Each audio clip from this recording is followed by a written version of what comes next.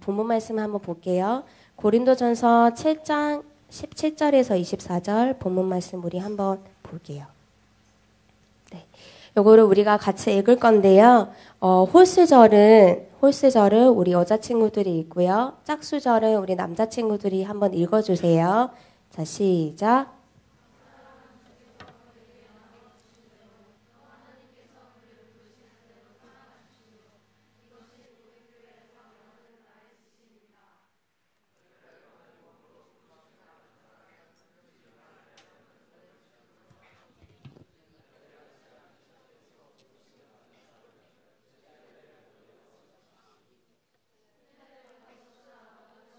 그것은 문제가 아니고 하나님의 계명을 지키는 것이 중요합니다.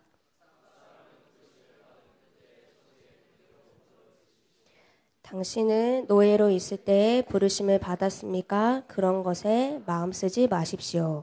그러나 자유로운 몸이 될 수 있는 기회가 있으면 어떻게 해서든지 그것을 이용하십시오.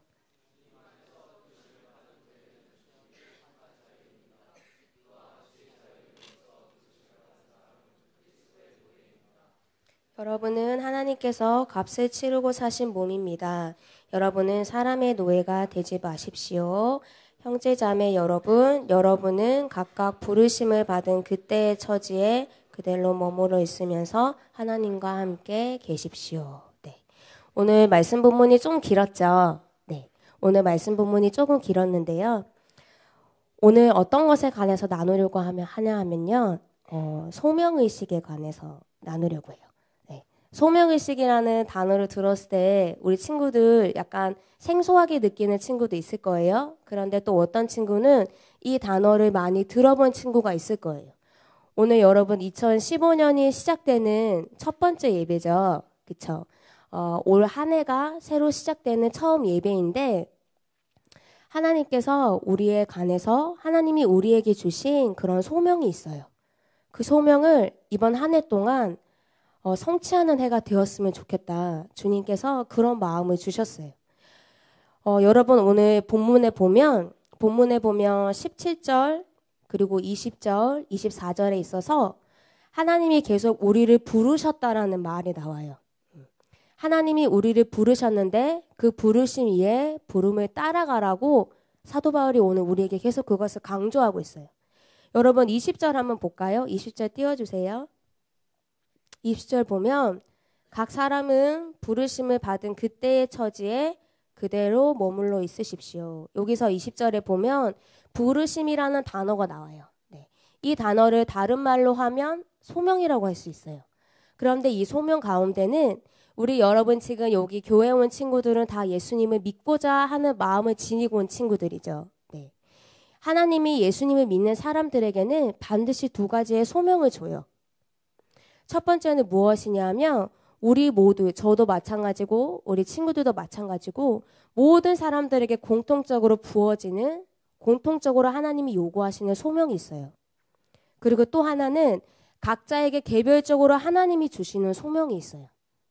첫 번째로 제가 나누기 원하는 것이 무엇이냐면 저와 여러분 우리가 다 같은 그리스도인이지만 우리가 성별도 다르고 나이도 다르잖아요. 그렇지만 하나님을 믿는 백성에게 주는 공통적인 소명이 있어요. 그것이 무엇이냐면 첫 번째는 구원이에요. 네. 여러분 제가 앞에서 말했듯이 개별적인 소명이 있고 공통적인 소명이 있다고 했는데 첫 번째는 구원이에요. 하나님이 디모데전서에서 이렇게 말씀하세요. 하나님은 모든 사람이 구원을 받으면 진리를 아는 데에 이르시기를 원하느니라. 하나님이 모든 사람들에게 여기 있는 모든 사람에게 구원에 대한 소명을 주셨어요. 여러분 소명이라는 말의 뜻이 무엇이냐 하면 어떤 일이나 임무를 하도록 하는 명령이에요. 하나님이 나에게 구원을 이루라는 명령을 주셨어요. 소명의식이라는 것은 우리가 그 구원을 이루고자 하는 생각, 의지, 결단이 있어야 된다는 거예요. 제가 왜 여러분들에게 이 구원에 관해서 먼저 말하냐면요. 이 가장 기본이 되고 공통이 되는 구원이 견고하게 서지 않으면 하나님 여러분 각자에게 주신 얼마나 큰 부르심이 있다 하더라도 그 부르심이 아무런 소용이 없게 되는 거예요. 우리가 구원을 너무 쉽게 생각해요. 특별히 큰 믿음 교회에서는 바른 구원론을 말하고 있어요. 우리 친구들 바른 구원론에 대해서 들어왔기 때문에 때로는 구원에 관해서 너무나 소홀하게 생각하고 구원의 가치에 대해서 깊게 생각하지 않을 때가 너무 많은 거예요. 그런데 여러분, 신약의 3분의 2를 쓴 사도 바울도 이 구원을 받기 위해서 두려워하는 마음으로 하나님께 기도했어요. 빌립보서에 이런 말씀이 있어요. 그러므로 나의 사랑하는 여러분, 여러분이 언제나 순종한 대로 내가 함께 있을 때뿐만 아니라 지금과 같이 내가 없을 때에도 더욱더 순종하여서 두렵고 떨리는 마음으로 자기의 구원을 이루어 나가십시오. 네, 뒤이어서 또 이렇게 말합니다. 사도 바울이 나는 내 몸을 쳐서 굴복시킵니다. 그것은 내가 남에게 복음을 전하고 나서 도리어 나 스스로가 버림을 받지 않도록 하려는 것입니다. 여러분 중에 이미 많은 친구들이 구원을 받았고 구원을 이루고 있을 거예요. 그런데 구원은 끝이 아니라 구원을 죽을 때까지 내가 그 소명을 감당해야 하는 것이고 그 구원 위에 견고하게 서 있어야 되는 거예요. 그러면 내가 지금 구원을 받은 상태인지 아니면 내가 한때는 구원을 받았지만 지금 구원을 잃어버린 상태인지 어떻게 알 수 있냐 하면 그 두 가지 기준을 제가 친구들에게 말해 볼 거예요. 첫 번째는 무엇이냐 우리 한번 따라해 볼게요. 습관적인 죄가 있는 사람은 구원받지 못한다. 여러분 계시록에 하나님이 이렇게 말씀하셨어요. 계시록 2장 7절인데요. 자, 이거 우리 중1 친구들 한번 읽어볼까요? 자, 제가 시작하면 한번 크게 읽어보세요. 자, 시작.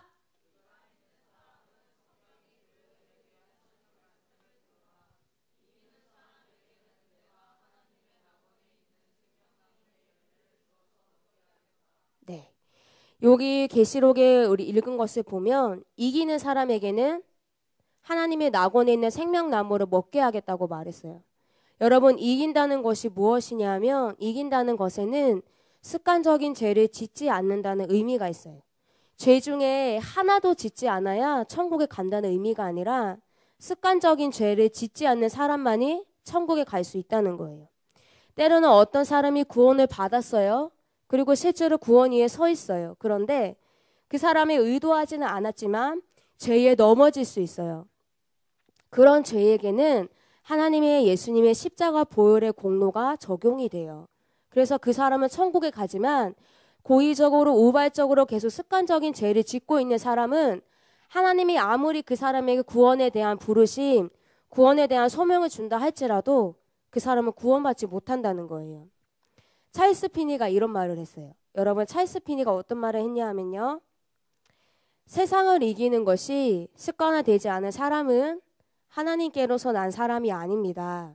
이것은 참된 기독교인이라고 해서 전혀 죄의 지배를 받지 않는다는 의미가 아닙니다. 세상을 이기는 일이 일반적인 원칙이 되어 있고 죄에 빠지는 일은 예외적으로 벌어지는 것이라는 의미입니다. 여러분 하나님이 지금 여러분에게 구원을 이루라는 그런 소명을 주셨는데 만약에 여러분 중에 습관적인 죄를 짓고 있는 친구가 있다면 오늘 설교를 듣고 기도할 때 그 문제를 가지고 하나님께 은혜를 구하세요. 두 번째는 무엇이냐 하면 구원받았는지 안 받았는지 알 수 있는 두 번째 기준은 무엇이냐 하면 우리 한번 따라해 볼게요. 마음에 천국이 있는 자만이 구원받는다. 네. 누가복음에 이런 말이 나와요. 예수님이 이런 말씀하셨어요. 바리새파 사람들이 하나님의 나라가 언제 오느냐고 물으니 예수께서 말씀하셨다. 하나님의 나라는 눈으로 볼 수 있는 모습으로 오지 않는다. 또 보아라 여기 있다 또는 저기 있다 하고 할 수 없다. 보아라 하나님의 나라는 너희 안에 있다. 하나님의 나라가 어디에 있다고요? 내 마음속에 있다는 거예요. 여러분 천국에 대해서 우리가 어떻게 생각하냐 하면 나는 죽으면 천국에 가게 될 것이라고 생각해요. 이 땅에서 내가 어떻게 살던지 간에 내가 죽어보면 내가 천국에 갈지 지옥에 갈지 알 수 있을 거라고 생각해요. 그런데 여러분 그것이 아니에요. 예수님이 오늘 하신 말씀은 무엇이냐 하면 하나님의 나라 천국은 위에 있는 것도 있고 아니고 아래에 있는 것도 아니고 바로 너희 속에 있다라고 말했어요.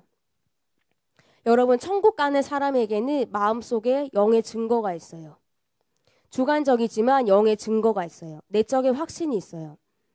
그런데 여러분, 지금 현세에서 여러분이 이 땅에 살면서 내 마음에서 천국을 누리지 못하는 사람은 죽어서 천국에 갈 수가 없어요.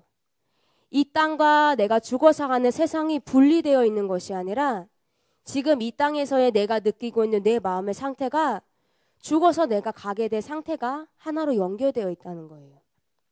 여러분, 썬다싱에게 예수님이 어느 날 오셨어요. 예수님이 썬다싱에게 오셨는데 썬다싱이 궁금한 게 있었어요. 그래서 예수님께 물었어요. 예수님은 사랑이 많고 긍휼이 많으신 분인데 왜 지옥이라는 것을 만드셨고 왜 죄인들을 지옥에 데려가십니까? 그 죄인들을 천국에 데려가면 안 되시나요? 라고 물었어요. 그래서 예수님이 알겠다. 그러면 내가 원해서 그들을 지옥에 데려가는 것이 아니라는 것을 내가 증명해 보이겠다고 말했어요. 네, 그래서 맞아요. 지옥에 있는 어떤 사람을 하나 잡았어요. 지옥에 있는 어떤 사람을 데리고 천국에 넣었어요. 그랬더니 그 사람이 자기 자신의 죄를 깨달으면서 스스로 밑으로 있는 지옥에 떨어졌다는 거예요. 이것이 무엇을 말해주냐면요, 여러분. 이 땅에서 여러분이 살고 있는, 여러분이 이 마음에서 누리고 있는 이 천국의 분량이 내가 이 마음에 누리고 있는 때로는 지옥의 분량이 내가 죽어서 가게 돼 그 땅을 지금도 내가 느끼고 있다는 거예요. 예수님이 이렇게 말씀하셨어요. 육체를 떠난 영혼은 자기에게 있었던 모든 일들을 알게 됩니다. 기억이 모두 살아남으로써 그들은 심판을 받게 되는 것입니다. 천국의 빛이 악인들에게 비치면 그들은 곧 자신들이 성도와 천사들과 함께 동거할 수 없음을 알게 됩니다. 그들이 그곳에 있는 모든 것이 자기들에게 적합하지 않음을 알고 천국을 떠날 수 있도록 간청하며 그것을 벗어나려고 하는 것이지 하나님께서 그들을 쫓아내시는 것이 아닙니다. 여러분이 지금 여러분의 마음을 살펴야 되는 거예요. 여러분의 마음 가운데 지금 천국에 있는 자만이 하나님이 여러분을 구원으로 부르셨지만 그 구원에 갈 수 있는 자로 준비가 되는 거예요. 두 번째는 무엇이냐면 여러분, 첫 번째로 하나님이 우리를 구원으로 부르셨어요. 구원의 소명을 주셨어요. 두 번째는 무엇이냐면 바로 삶의 자리예요. 한번 따라해 볼까요? 무엇이라고요? 네, 삶의 자리. 여러분, 중세시대에는 사람들이 어떻게 생각했냐면요. 성직자들만 하나님의 소명을 받는다고 생각했어요. 다시 말하면 목사님이나 전도사님이나 주님의 종으로 부름받은 사람만 하나님의 소명을 받는다고 생각했어요. 그래서 일반적인 직업은 하나님의 소명이 아니라 그냥 돈을 벌기 위한 생계수단이라고 생각했어요. 그런데 오늘날에도 이 소명에 대한 오해들이 있어요. 하나님이 우리를 영적인 것만으로 부르신다. 그리고 하나님이 어떤 사람에게 소명을 주셨다고 생각하면 하나님이 그 사람을 목사나 전도사나 주님의 종으로 불렀다고만 생각해요. 그런데 그것이 아니라 하나님 모든 사람은 하나님의 소명을 받고 그리고 모든 사람이 가진 직업이 바로 하나님이 그 사람에게 주는 소명의 장이라는 거예요. 여러분, 김세훈 박사님이라는 분이 계세요. 여러분, 일부 예배 들은 친구들은 아마 이분의 이름을 들어봤을 거예요. 김세훈 박사님이 뭐라고 말씀하셨냐면요. 믿는 자는 하나님의 구원으로의 부름이 임했을 때, 하나님의 구원이 임했을 때, 다시 말해서 첫 번째 소명을 받았을 때 자신이 가지고 있던 삶의 자리를 하나님이 주시는 사명을 감당하는 장으로 이해해야 합니다. 여러분이 하나님의 구원의 초청을 받았을 때, 내가 첫 번째 소명을 받았을 때 내가 서 있는 그 자리가 하나님이 나를 부르신 자리라는 거예요. 여러분 어떤 위치에 있어요? 학교에 가면 무엇이에요, 여러분이? 학생이죠. 집에 가면 뭐예요? 네, 집에 가면 아들, 딸이죠. 또는 언니, 누나, 오빠, 동생이죠. 네. 여러분이 지금 서 있는 곳이 그냥 서 있는 것이 아니라 하나님이 여러분을 부르신 그런 소명의 장소라는 거예요. 여러분, 지금 내가 서 있는 곳에서 내가 어떻게 살고 있는가? 그거는 굉장히 중요한 문제예요. 왜냐하면 하나님의 사용하신 하나님의 사람들, 하나님이 직접 기름을 부으셔서 이 땅을 구원하는 구원자를 쓰신 사람들에게는 공통적인 특징이 있어요. 무슨 특징이냐 하면 그 사람들의 내면 가운데는 하나님이 자기에게 맡기신 것에 대해서 성실하고 충성하고자 하는 마음이 있어요. 여러분, 많은 사람들이 성실함의 힘을 잘 알지 못해요. 하나님의 도구를 찾으실 때, 당신의 통로를 찾으실 때 사람 속에서 무엇을 보시냐면 그 사람 속에 지금 하나님이 나에게 허락하신 자리 가운데서 충성하고자 하는 마음이 있는가, 그거를 반드시 보신다는 거예요. 하나님이 여러분 각자를 향한 놀라운 계획들이 있어요. 하나님이 여러분을 이 땅에 보내실 때 그냥 보내신 것이 아니라 여러분 한 명 한 명을 향한 놀라운 청사진들이 있어요. 그런데 하나님이 여러분을 향한 그런 청사진을 내가 태어났을 때부터 알려주지는 않으세요. 왜냐하면 성경에 하나님이 당신의 사람들을 세우실 때도 보면 하나님이 다윗에게 다윗이 양이 칠 때 내가 너를 왕으로 쓸 것이다 라고 말하지 않았어요. 다윗이 자기에게 주어진 양을 치는 일을 최선을 다하고 있을 때 어느 날 하나님이 보내신 사무엘이라는 선지자가 와서 그에게 기름을 붓고 하나님이 당신의 왕으로 쓰실 것입니다라고 자기의 주된 부르심을 알게 되었다는 거예요. 성경에 보면 하나님의 사람들이 일어날 때 대부분은 사람들이, 주변의 사람들이 그 사람이 하나님의 도구가 될 거라는 것을 알지 못해요. 그렇지만 하나님이 자기가 하나님이 나에게 주신 삶의 자리에 있어서 최선을 다하는 사람을 하나님께서 눈여겨보시고 그런 사람을 하나님께서 기름을 부으신다는 거예요. 고린도전서 4장 2절에 이런 말씀이 있어요. 맡은 자들에게 구할 것은 충성이니라. 네. 사무엘 선지자가 왔을 때 어땠어요, 여러분? 다윗이 자신의 왕으로 세워지는 과정을 보면 사무엘 선지자가 왔어요. 다윗의 집에 왔어요. 그래서 이새가 다윗의 모든 형들을 불렀어요. 그래서 그 모든 형들에게 이 사람이 사무엘 당신이 찾는 사람입니까? 라고 물었지만 한 명도 없었어요. 그런데 놀라운 것은 이새가 사무엘이 왔을 때 다윗을 그때 부른 것이 아니라 사무엘이 더 아들 당신의 자녀가 더 없습니까? 라고 물었을 때 그제서야 다윗을 데려온 거예요. 여러분, 다윗은 부모에게도 인정을 받지 못하는 사람이었어요. 다윗은 그냥 양을 치는 사람이었어요. 그런데 하나님께서 양을 치는 일이라 할지라도 그가 맡은 일에 최선을 다할 때에 하나님이 그에게 기름을 부으시는 시간이 되었다는 거예요. 여러분, 누가복음에 이런 말씀이 있어요. 가장 작은 일에 충실한 사람은 큰 일에도 충실하고 가장 작은 일에 불의한 사람은 큰 일에도 불의하다. 다음에 또 이런 말씀이 있어요. 또 너희가 남의 것에 충실하지 못한다면 누가 너희의 몫을 너희에게 내주겠느냐. 여러분 중에서 그런 친구 있을 거예요. 여러분 반변 모임 들어가면 그런 친구가 많았어요. 자신의 부르심이 무엇인지 모르겠다고. 내가 어떤 길로 가야 될지 모르겠다고. 계속 기도하고 있지만 내가 무엇을 잘하는지도 모르겠고 하나님이 나를 무엇을 위해서 부르셨는지도 저는 잘 모르겠습니다라는 친구가 많아요. 그런데 여러분 기억해야 되는 것은요. 여러분이 부르심을 아는 것보다 더 중요한 것은 하나님이 여러분에게 실제로 부르심의 문을 열어주셨을 때 그것을 감당할 수 있는 자로 준비되는 게 더 중요한 거예요. 여러분 하나님을 정말로 만나면 삶이 변해요. 하나님을 만나면 정말로 삶이 변하는데 어떤 영역에서 변하나 하면 그 사람의 삶 가운데 반드시 성실함이 생겨요. 만약에 내가 하나님을 만났다고 하는데 삶 가운데 무질서가 있다. 성실함이 없다. 내가 학생인데 공부를 대충 하는 거예요. 여러분에게 1등 하라는 말이 아니에요. 여러분에게 최고가 되라는 말이 아니라 정말로 하나님을 만난 사람은 하나님이 지금 내가 무엇을 하기 원하시는지를 정확하게 알아요. 최고가 아닐지는 모르지만 최선을 다하는 삶이 그 사람의 삶 가운데 반드시 있어요.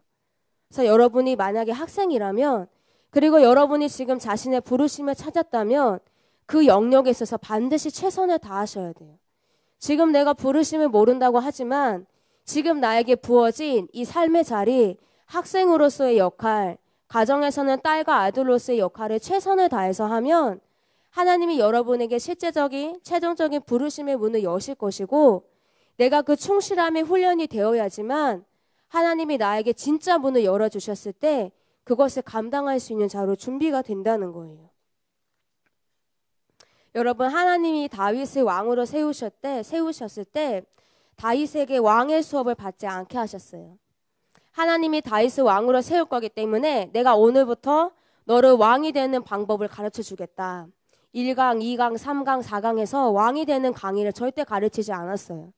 하나님의 다윗에게 어떤 훈련을 시켰냐 하면 지금 나에게 주어진 두 번째 소명 자리, 하나님이 지금 나로 하여금 서 있게 한 자리에서 내가 해야 할 일을 최선을 다해서 하게 하셨어요. 그것을 어떻게 알 수 있냐 하면 다윗이 사울 앞에 섰어요. 다윗이 사울 앞에 섰어요. 골리앗이 이스라엘 백성들을 희롱하고 있었어요. 그때 사울이 누가 저 골리앗을 물리치겠느냐라고 물었을 때 다윗이 사울에게 가서 무엇이라 말했냐 하면 내가 양치기 일을 하면서 양을 치는 일을 하면서 사자나 곰이 왔을 때 내가 그것을 한두 번 물리친 것이 아닙니다라고 자신 있게 말해요. 다윗이 왕인 그 사람 앞에 자기가 했던 일을 자신있게 말할 수 있었던 것은 자기에게 주어진 그 삶의 내용을, 삶의 역할을 충실하게 감당했기 때문이었어요. 여러분, 제가 중3 때 예수님을 만났어요. 중3 때 예수님을 만났는데 제가 예수님을 만나고 예수님이 저에게 가장 먼저 많은 것들을 나의 내가 원래 살아왔던 그런 삶의 틀들을 깨고 하나님이 원하시는 삶대로 살 수 있도록 많은 영역에서 인도해 오셨지만 가장 주된 영역 중에 하나는 바로 이것이에요. 하나님이 나에게 맡기신 일에 대해서 최선을 다하는 것. 최고가 아닐 수도 있어요. 최고가 아닐 수도 있지만 최선을 다하는 거예요.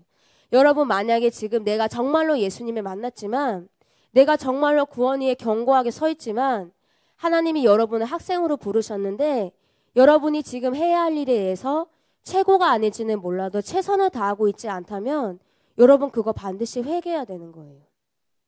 왜냐하면 오늘 본문에서 하나님이 모든 사람에게 반드시 이 두 가지 명령을 주시고 이것을 성취하는 자에게 하나님이 어떠한 것을 주게 돼요. 그리고 내가 소명을 어떻게 성취하냐에 따라서 나 혼자만 사는 것이 아니라 하나님 나라의 전체적인 계획이 결정된다는 거예요. 여러분, 마지막으로 얘기를 나눌 것이 있는데요. 소명을 감당할 때 기억해야 될 것이 있어요.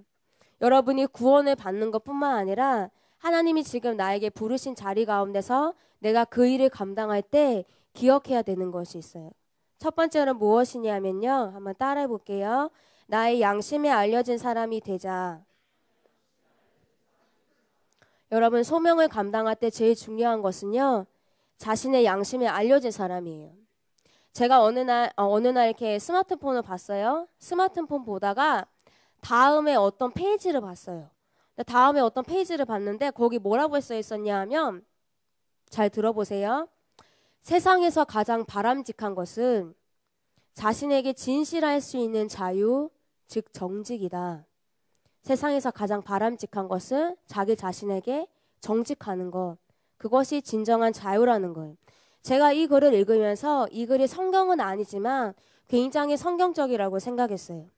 여러분, 진짜 자유는 어디에서 나오냐면요. 떳떳한 양심에서 나오는 거예요. 진정한 자유는 책임감에서 나오는 거예요. 내가 맡은 일을 최선을 하지 않으면서 책임감도 없으면서 나의 양심 앞에 바로 설 수 없으면서 자유한다는 것은 그것은 자유가 아니라 방종인 거예요. 내가 무엇을 하든지 간에 나의 양심 앞에 떳떳하게 설 수 있어야 돼요. 바울이 살았던 삶의 목적이 이것이었어요. 사도행전에 바울이 했던 고백이 나와요. 사도행전에 바울이 했던 고백이 나와요. 바울이 의회원들을 주목하고 말하였다. 형제 여러분, 나는 이날까지 하나님 앞에서 오로지 바른 양심을 가지고 살았습니다. 또 이렇게 말해요. 그러므로 나도 언제나 하나님과 사람들 앞에서 거리낌이 없는 양심을 가지려고 힘쓰고 있습니다. 바울의 마음 가운데 무엇이 있었냐 하면 내가 하는 모든 일 가운데서 내가 나의 양심에 알려진 사람이 되기를 원한다는 마음이 있었던 거예요. 여러분, 양심이 왜 중요해요? 양심은 어떤 역할을 하냐 하면 나의 영혼을 바른 길로 인도하는 역할을 해요. 양심은 성령님의 음성과 더불어서 또 하나의 내적인 음성이에요. 여러분 죄 지으면 어때요? 죄를 짓다가 걸리면 어때요? 부끄럽잖아요. 양심의 가책을 느끼죠. 창세기에 보면 아담과 하와가 있었어요. 아담과 하와가 있었는데 하나님이 선악과를 따먹지 말라고 했는데 그들이 선악과를 따먹었어요. 근데 아담과 하와가 선악과를 따먹고 한 일이 무엇이냐면 숨었어요. 나무 뒤로 숨었어요. 왜? 하나님이 그들에게 죄를 지적하지 않았어요. 하나님이 그들에게 죄를 지적하기 전이었어요. 그런데 그들은 숨었어요. 왜 숨었냐 하면 그들의 내면의 소리 가운데 양심의 가책이 있었기 때문이에요. 내가 양심의 소리를 듣고 있다는 것은, 양심의 소리대로 따라가고 있다는 것은 여러분이 지금 하나님이 원하시는 바른 길로 가고 있다는 증거예요. 여러분 자신의 소명을 이룰 때, 자신의 소명을 성취할 때 가장 중요한 것은요, 이 내면의 소리에 귀를 기울여야 돼요. 그런데 사단과 나의 육신의 본성은 이 내면의 소리가 아니라 외부의 소리에 집중을 하게 해요. 내가 이렇게 행동했을 때 나는 괜찮더라도 남들이 이렇게 보기만 하면 돼. 나는 이렇게 해도 괜찮으니까 남들이 나를 이렇게 평가하기만 하면 돼.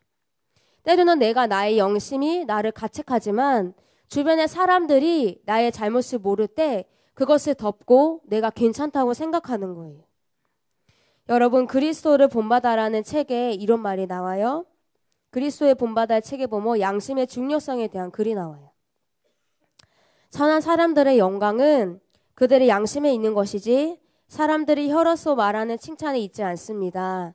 당신이 만일 선한 양심을 가지고 있다면 당신은 항상 기쁨을 맛보게 될 것입니다.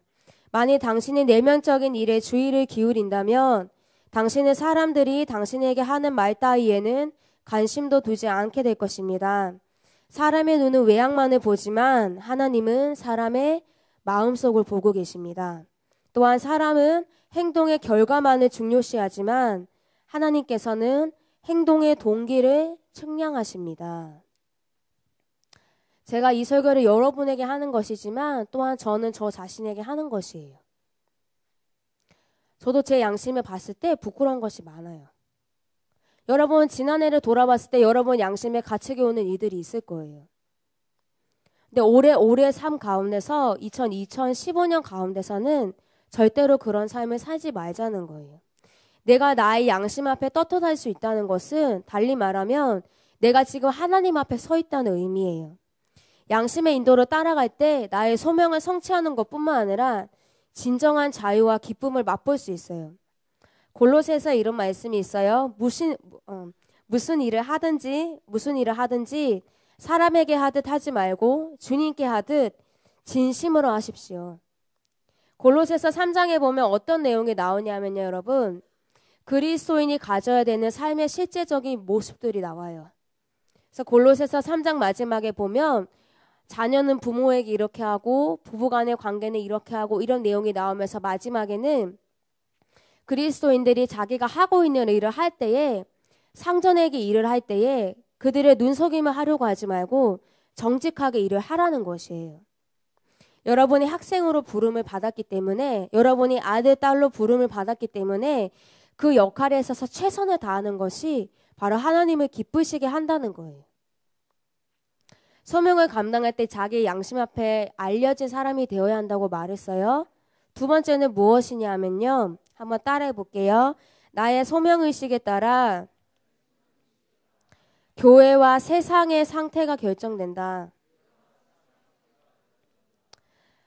여러분 로마서에 보면 이런 말씀이 나와요. 로마서에 보면 한 몸에 많은 지체가 있으나 그 지체들이 다 같은 기능을 가진 것이 아닙니다. 이와 같이 우리도 여럿이지만 그리스도 안에서 한 몸을 이루고 있으며 한 사람 한 사람은 서로 지체입니다. 여러분 각자 서 있는 곳이 달라요. 그리고 각자의 부르심이 달라요.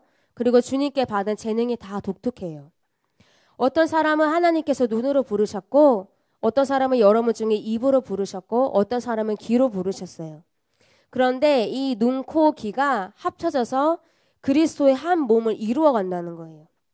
한 사람이 이 눈, 코, 입의 귀의 역할을 절대로 할 수 없어요. 그리고 해서도 안 되고요. 그리스도의 몸을 건강하게 하기 위해서 교회를 굳건하게 세우기 위해서는 지금 나에게 맡겨진 일을 최선을 다할 때에 그리스도의 몸을 견고하게 서가게 된다는 거예요. 고린도전서에서도 비슷한 말을 하고 있어요. 고린도전서에 비슷한 말을 하고 있는데요. 누가 이 터 위에, 이 터는 예수님이에요. 이 예수님, 이 터 위에 금이나 은이나 보석이나 나무나 풀이나 짚으로 집을 지으면 각 사람의 업적이 드러날 것입니다. 그날이 그것을 밝히 보여줄 것입니다. 그날은 불로 나타나기 때문입니다. 그래서 그 불이 각 사람의 업적이 어떤 것인가를 검증하여 줄 것입니다. 어떤 사람이 지은 작품이 그대로 남으면 그는 삭을 받을 것이요. 어떤 사람의 작품이 타버리면 그는 손해를 볼 것입니다.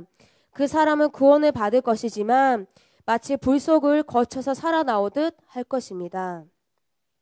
하나님 어떤 말씀을 하냐면요. 예수님의 터 위에 교회를 세우는데 어떤 사람은 금은 보석으로 세우고 어떤 사람은 나무나 풀과 짚으로 세운다는 거예요. 그런데 하나님이 불이 임하게 되면 나무와 풀과 짚으로 세웠던 것은 사라져서 금은 보석만 남고 그 집들이 메꾸었던 자리가 무너지기 때문에 교회가 그 신앙의 공동체가 무너지게 된다는 거예요.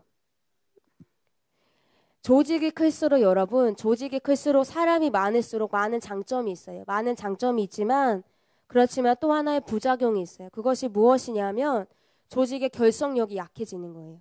견고함이 없어지는 거예요. 그래서 전도사님 동생이 둘째 동생이 있어요. 둘째 동생이 이마트에서 아르바이트를 했었어요. 방학 동안. 아르바이트를 했었는데 이마트가 큰 건대 입구 알죠? 건대 입구에 있는 이마트. 엄청 크잖아요. 근데 거기서 아르바이트생들을 감시해요. 왜 감시하냐 하면 아무도 그 사람을 보지 않을 때에 아르바이트에 충실하지 않게 일을 할 것을 알기 때문에 감시를 해요. 그래서 몇 사람의 리더를 세워놓고 돌아가면서 누가 열심히 일을 했는지 안 했는지 감시하고 열심히 일을 하지 않을 때 그 사람에게 가서 말하는 거예요. 일을 제대로 하십시오. 이렇게. 여러분, 그리스도의 몸은 그렇게 할 수 있어요? 그렇게 할 수 없어요. 여러분 중에 어떤 친구는 찬양팀으로 섬기는 친구도 있을 거예요. 그리고 여러분 중에 어떤 친구는 가지장, 부가지장으로 섬기는 친구도 있을 거예요. 그리고 리더십은 아니지만 여러분이 여기 와서 예배를 드리는 역할, 그리고 반별 모임 때 선생님과 친구들과 함께하는 역할을 감당하고 있는 친구들도 있을 거예요. 근데 기억해야 될 것은 여러분이 여러분에게 주어진 교회 내에서의 그리스도의 몸을 세우는데 지금 내가 금으로 세우고 있는지 짚으로 이 예수님의 몸을 세우고 있는지 살펴봐야 된다는 거예요. 여러분 중에 어떤 친구 그래요. 시험기간 되면 교회 안 나와요. 시험기간 되면 교회 안 나오고 리더십 모임 때 한 번씩 리더십 모임 하면 오늘 귀찮아 가기 싫어 안 오는 거예요. 안 오는 것이 단순히 안 오는 것이 아니에요. 여러분이 주어진 소명에 대해서 최선을 하지 않을 때 여러분 한 명 혼자 하는 일이지만 여러분으로 인하여서 예수님의 몸 된 이 교회의 힘이 무너지게 된다는 거예요. 그래서 여러분이 지금 내가 교회 안에서 뿐만 아니라 내가 맡은 바 최선을 다하는 것이 중요한 것이에요. 그리고 또 하나는 나에게 주어진 소명을 어떻게 감당하느냐에 따라서 이 세상의 영적인 상태도 동일하게 결정돼요. 하나님이 여러분을 무엇으로 부르셨어요? 소금과 빛으로 부르셨죠. 사람들이 그렇게 말해요. 이 세상이 타락한 이유, 이 세상이 이렇게 악해지는 이유는 불신자들이 더 악해지기 때문이다. 근데 그것이 아니에요. 여러분, 썩어져 가는 것에 소금이 많으면 많을수록 그 부패를 막을 수 있죠. 세상이 약해지고 있는 것은 불신자들의 책임이 아니라 예수님을 믿는 사람들의 책임이라는 거예요. 여러분이 하나님이 나에게 주신 구원의 소명, 여러분이 서 있는 곳에서 하나님의 모습을 드러내고 내가 해야 할 일을 최선을 다해서 할 때에 나 자신도 모르게 이 세상의 부패함을 내가 맡게 되고 이 세상의 영적인 기준점을 내가 결정하게 된다는 거예요. 교회 전체를 바꾸려고 하는 것이 아니라 내가 할 일을 잘 하게 되면 예수님이 알아서 이 교회와 세상을 거룩하게 만드신다는 거예요. 마지막이에요. 소명을 막는 최대의 적이 있어요. 소명을 막는 최대의 적이 있는데요. 그것이 무엇이냐 하면 따라 볼게요. 게으름. 네. 소명을 막는 것 중에 최대의 것은요. 자기의 능력 없음이 아니에요. 하나님이 여러분에게 부르신 자리에서 하나님의 뜻이 성취되지 않는 것은 여러분이 연약하기 때문이 아니에요. 김옥규 목사님이 옛날에 그런 말씀을 하셨어요. 사람이 망하는 세 가지 이유가 있습니다. 사람이 망하는 세 가지 이유가 있는데 고집, 미련함, 그리고 게으름입니다. 라고 말씀을 하신 적이 있어요. 여러분, 우리가 하나님의 소명대로 걸어가면 사단은 반드시 우리를 방해해요. 많은 방해 것들이 있겠지만 사단이 가장 쓰는 주된 방법 중에 하나는 바로 게으름이에요. 우리 생각 가운데 그런 마음은 없는 거예요. 아, 하기 싫다. 귀찮다. 힘들다. 굳이 이렇게까지 해야 돼? 이런 생각을 사단이 우리 마음속에 넣는다는 거예요. 게으름에는 반드시 어떠한 모습이 있어요. 그리고 게으름에는 어떠한 결과가 따라와요. 그래서 하나님이 로마서에서 이렇게 말씀하셨어요. 부지런하여 게으르지 말고 열심을 품고 주를 섬기라. 게으르지 말라는 이 부분을 다른 성경에서 이렇게 번역해요. 열정적인 영으로 주를 섬기라. 그리고 어떤 곳에는 또 이렇게 말해요. 당신의 영이 빛나게 하십시오. 당신의 영이 빛나게 하십시오. 또는 성령으로 불타올라라. 하나님을 섬기는데 성령으로 불타올라서 섬겨라는 거예요. 사단은 게으름을 우리 안에 집어넣어요. 그래서 우리 안에 열정이 불이 식게 해요. 어떤 사람이 있어요. 그 사람이 지금은 부족할 수 있어요. 그런데 자기의 소명의식이 투철하고 그 소명을 이루고자 하는 열정이 있으면 그 사람의 미래는 밝은 거예요. 그런데 어떤 사람은 많은 능력이 있어요. 가진 것이 너무나 많아요. 부유한 환경 가운데 살지만 자신 내면 가운데 소명의식이 없어요. 하나님이 나에게 주신 소명이 무엇인지도 모르고 그 소명을 성취하려고 하는 의지도 없고 이 불이 없어요. 그러면 그 사람의 미래는 너무나 어두운 것이에요. 하나님께는 능력이 많은 사람이 필요한 것이 아니라 부족해도 그 소명을 이루고자 하는 불타오르는 영을, 열정적인 사람을 하나님이 찾고 계신다는 거예요. 당신을 향한 하나님의 계획이 이런 말이 있어요. 당신을 향한 하나님의 계획이라는 말에 그런 말씀을 하셨어요. 예수님이. 제가 요약해서 설명할게요. 하나님이 우리를 향한 삶의 계획이 있다는 거예요. 그런데 어떤 사람은 하나님이 나에게 명령하신 것에서 순종을 해요. 순종을 하는데 어떤 마음으로 순종하냐 하면 철저하게 의무감으로 순종해요. 내가 해야 하는 거니까 하나님이 나에게 주신 것이니까 그렇게 순종을 한다는 거예요. 그런데 그런 사람에게는 어떤 특징이 나타나냐 하면 순종을 하기는 해요. 그런데 힘든 거예요. 내가 하기 싫은데 해야 하니까.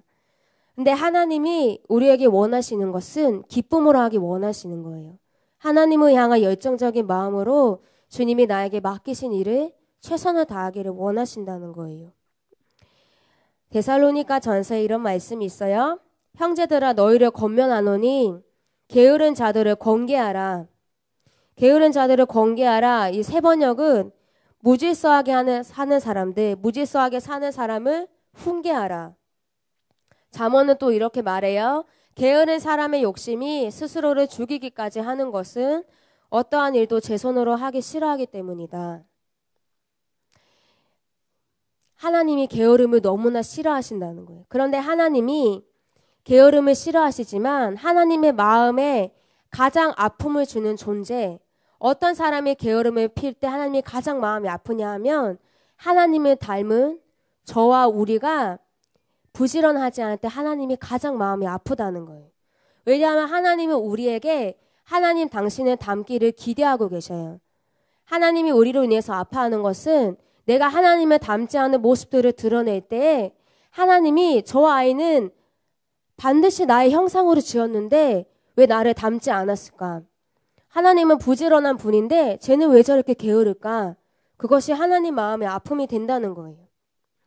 여러분, 하나님이 여러분에게 소명을 줄 때는요, 여러분에게 어떤 구원을 줄 때는 반드시 하나님이 여러분에게 무언가를 요구해요. 왜냐하면 구원은 관계예요. 구원은 선물이지만 또한 관계예요. 일부 예배 들은 친구 알 거예요. 언약 관계 되게 어렵죠. 약속을 했다는 거예요. 하나님이 내가 너를 구원해 줄게. 대신 너 이렇게 살아야 돼. 내가 너를 이렇게 해줄게. 너 대신 이렇게 살아야 돼. 근데 너가 이렇게 살지 않으면 내가 너에게 약속했던 구원은 사라지는 거야. 하나님과 우리의 사이가 그런 약속의 관계라는 거예요. 그런데 구원을 받은 자에게는 반드시 이 두 가지의 소명이 임해요. 근데 이 소명을 열심히 하지 않는다는 것은 하나님과의 관계가 깨어진다는 것을 의미해요. 여러분 마태복음에 보면 그런 비유가 나오죠. 1달란트 받은 사람, 5달란트 받은 사람, 10달란트 받은 사람이 나와요. 여러분 중에 어떤 친구는 좋은 부모를 만났고 좋은 것을 만났고 영적인 유산들이 많고 내가 가진 것이 많아서 10달란트를 받은 친구도 있을 거예요. 그런데 어떤 친구는 나는 부모님도 믿지 않고 나는 우리 집 환경도 가난하고 나는 내세울 것이 없다. 1달란트를 받은 친구도 분명히 있어요. 그런데 하나님이 여러분에게 반드시 결산하는 때가 온다는 거예요. 마태복음에 보면 하나님이 여러분에게 완벽을 요구하는 것이 아니라 너가 얼마나 정직하게 최선을 다했니? 그것을 보신다는 거예요. 2달란트 받은 사람은 2달란트밖에 못 남겼어요. 그리고 5달란트 받은 사람은 5달란트밖에 못 남겼어요. 우리는 그렇게 생각할 수 있어요. 5달란트나 더 많이 받았으니까 저 2달란트 받은 사람은 잘못한 거야. 근데 그것이 아니라 하나님은 우리가 시작하는 시작점이 어딘지를 아세요. 그런데 하나님은 내가 가진 것이 적다 할지라도 최선을 다해서 1달란트든 2달란트든 하나님께 새로 드릴 것이 있는 사람이 되기를 원하신다는 거예요. 하나님 뭐라고 하셨어요? 달란트를 남긴 사람에게는 착하고 충성된 종아라고 하셨어요. 반주 좀 해주세요. 착하고 충성된 종아라고 하셨어요. 그런데 하나님이 주신 달란트를 남기지 않은 사람에게는 악하고 게으른 종아라고 하셨어요. 하나님이 오늘 여러분을 구원으로 부르셨어요. 여러분 지금 가진 것을 보세요. 여러분 지금 가진 것 중에 하나님이 주지 않으신 것이 하나도 없어요. 여러분이 지금 숨쉬고 있는 이 공기가 3초만 사라져도 1분만 사라져도 3분만 사라져도 우리가 다 살지 못해요. 하나님이 우리에게 주신 은혜가 너무나 크기 때문에 그것을 당연하게 받아들일 때가 너무나 많다는 거예요. 하나님이 여러분을 구원으로 부르셨어요. 하나님이 여러분을 학생으로 부르셨어요. 아들과 딸로 부르셨어요. 그런데 여러분 그 소명의 자리에서 얼마나 그것을 성취하려고 노력하세요?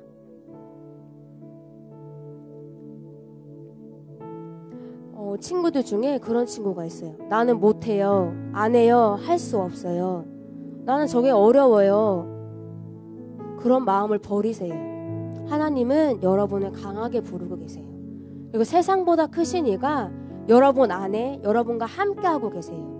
못한다, 하기 싫다는 말을 하지 마세요. 하나님은 열정적인 사람을 찾고 있어요. 때로는 서툴러도 때로는 실수해도 그 사람의 하나님의 나에게 맡겨주신 것에 대해서 최선을 다하려고 하는 그런 빛나는 영을 가진 사람을 하나님이 찾고 있다는 거예요.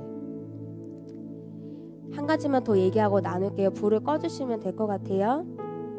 여러분 정말 소명의식이 있는 사람, 나의 소명이 무엇인지 아는 사람에게는 또 하나 특징이 나타나요. 사명감이 반드시 있어요.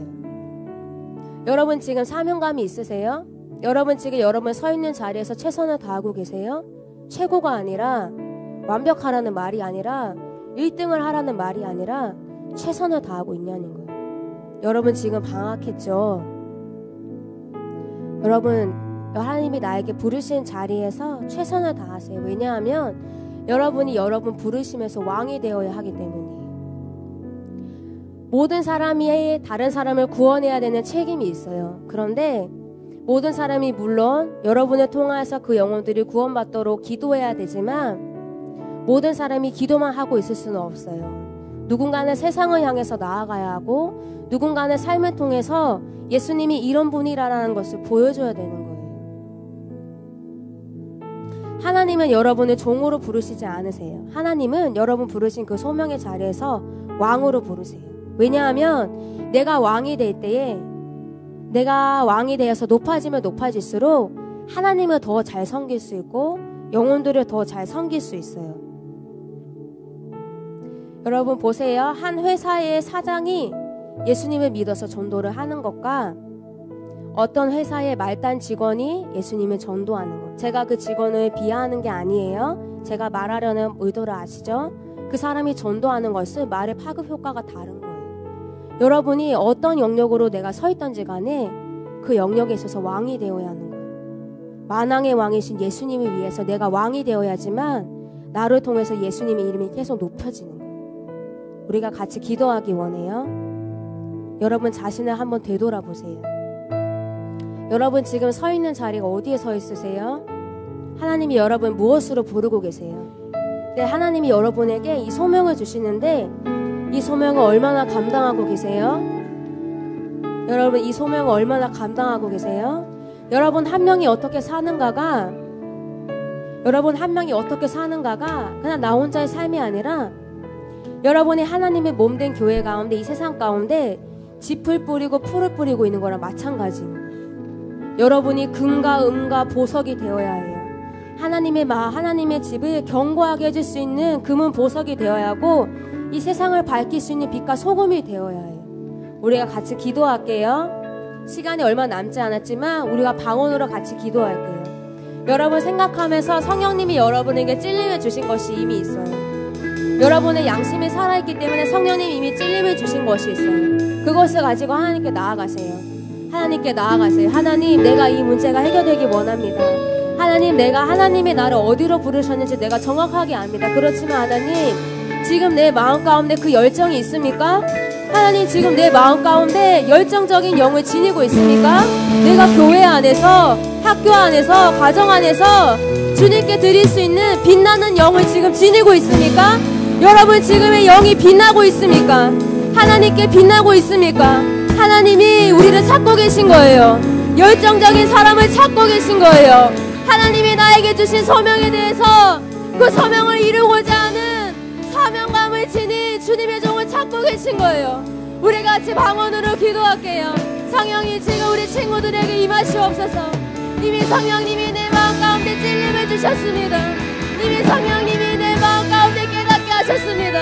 주님, 내가 그것을 가지고 주님 앞에 나아갑니다.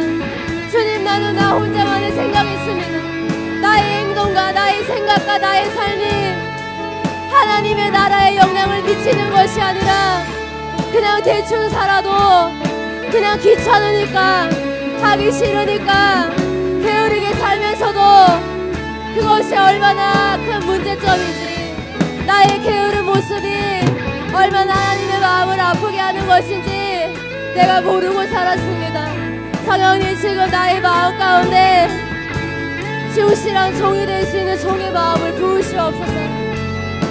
하나님이 나에게 1달란트를 주셨던, 5달란트를 주셨든 10달란트를 주셨든 내가 나의 모든 열정을 다해서 주님께 올려드릴 수 있는 자가 되기를 원합니다.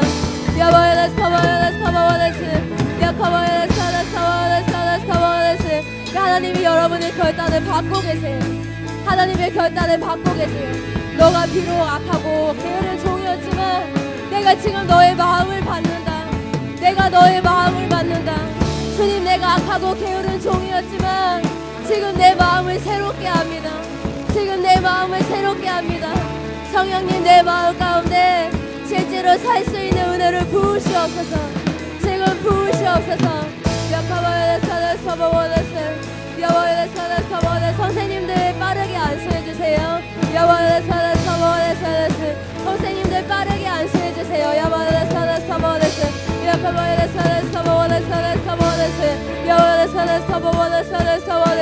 여러분 게으름을 회개하세요. 게으름을 회개하세요. 게으름을 회개하세요.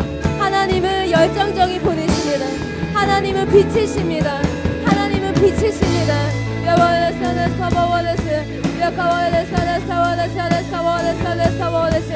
내가 진실로 결단하기 때문에 하나님이 여러분에게 은혜를 부으신 것입니다.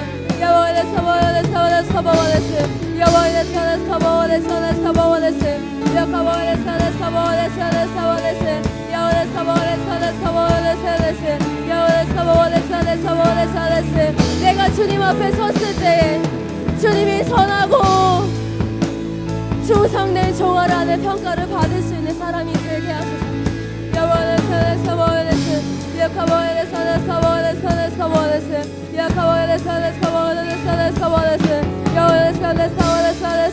주님, 오늘 우리에게 새 마음을 부으시옵소서. 새 열정을 부으시옵소서. 새 열정을 부으시옵소서. 주님을 향한 새로운 빛을 부으시옵소서.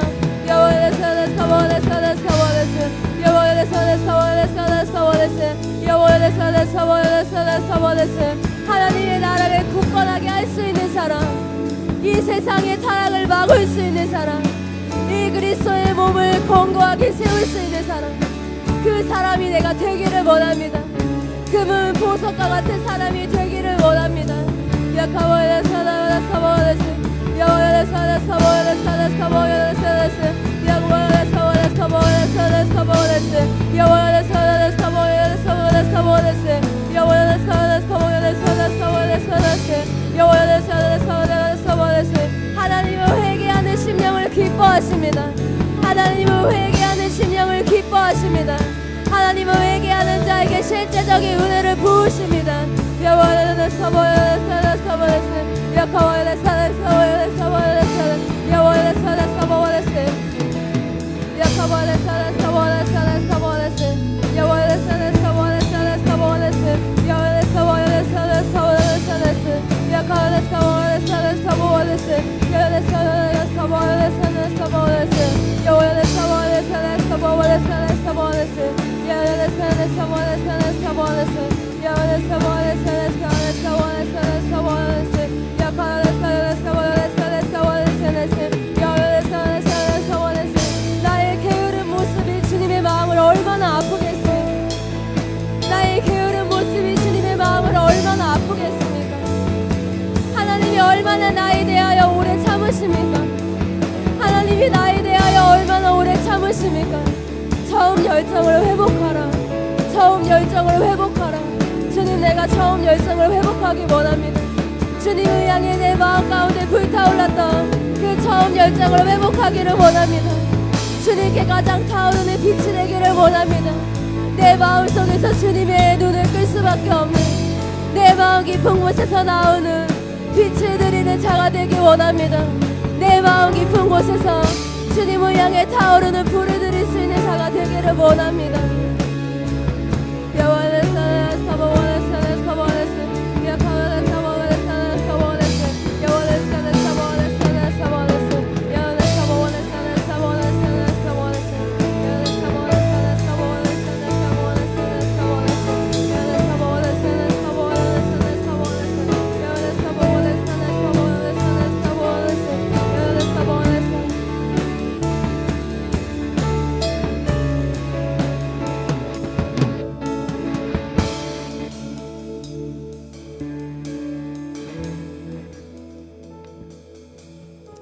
하나님 감사합니다. 우리 친구들에게 새로운 마음을 주셔서 감사합니다. 우리 친구들 마음 가운데 새로운 결단을 주셔서 감사합니다. 주님, 이 마음이 실제가 될 수 있는 은혜를 우리 모두에게 부으시옵소서. 그 은혜를 우리 친구들 한 명 한 명 각자에게 지금 부으시옵소서. 주님 오셨을 때에 게으르고 악한 종이 아니라 주님께 칭찬받는 사람, 하나님이 나에게 적은 것을 주셨을지라도 내가 그것을 주님께 드리는 사람이 되기를 원합니다. 성령님 감사합니다. 운행해 주셔서 감사합니다. 예수님의 이름으로 기도드렸습니다.